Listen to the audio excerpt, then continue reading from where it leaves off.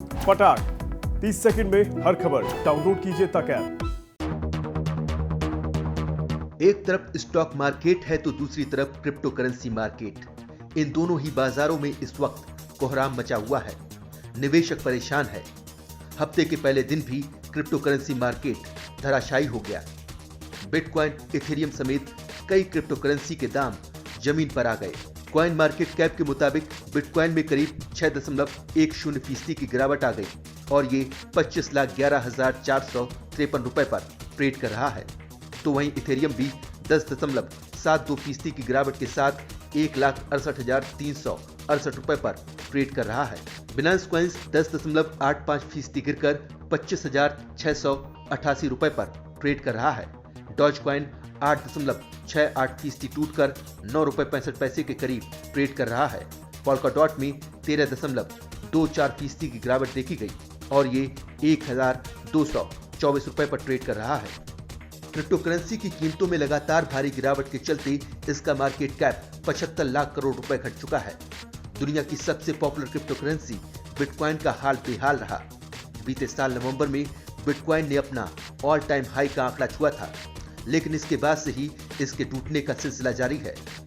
नवंबर 2021 में बिटकॉइन की कीमत $68,990 के उच्चतम स्तर पर पहुंच गई थी। नवंबर में रिकॉर्ड तेजी के बाद से इसकी कीमत में 45% से ज्यादा की कमी आई है। इसके मार्केट कैप में $600 बिलियन से ज्यादा की कमी आई है। महीने भर से भी कम समय में बिटकॉइन का दाम 15% से ज्यादा टूट चुका है। क्रिप्टो करेंसी मार्केट में दो बड़ी घटनाओं ने बिटकॉइन की कीमत को 3 महीने के निचले स्तर तक गिरा दिया है। अमेरिका के सेंट्रल बैंक फेडरल रिजर्व की ओर से राहत पैकेज वापस लेने के इरादे ने दुनिया भर में क्रिप्टो करेंसी को नुकसान पहुंचाया है। फेडरल रिजर्व के इरादे ने क्रिप्टो करेंसी और स्टॉक मार्केट दोनों को हिलाकर रख दिया है। फेडरल रिजर्व ने यह भी संकेत दिया है कि वो ब्याज दरों में बढ़ोतरी के अपने फैसले को मार्च के 20 तक टाल सकता है। तो वहीं रूस के केंद्रीय बैंक ने देश में क्रिप्टो करेंसी की माइनिंग पर बैन लगाने का प्रस्ताव पारित किया है। बैंक का कहना है कि क्रिप्टो करेंसी से रूस की वित्तीय स्थिरता को खतरा है और इससे लोगों का नुकसान होने के साथ ही देश की मॉनेटरी पॉलिसी भी प्रभावित हो रही है। इन दो बड़ी घटनाओं के चलते पिछले 24 घंटों के दौरान ग्लोबल क्रिप्टो मार्केट कैप 8.22% गिरकर $1.53 ट्रिलियन पर पहुंच गया है। एक सप्ताह पहले ये $2 ट्रिलियन से ज्यादा था।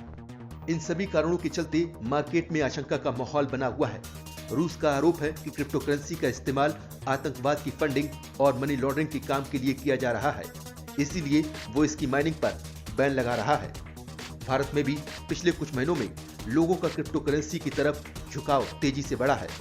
बाजार के जानकारों का कहना है कि फिलहाल निवेशक घबराकर हड़बड़ी में पेश करना निकले, लेकिन इस गिरावट में भी निवेश से बचें, क्योंकि ये तय नहीं है कि अब आगे क्रिप्टो करेंसी में और गिरावट नहीं आएगी। जो पैसे निवेश किए गए हैं उसे कुछ दिनों के लिए भूल जाएं।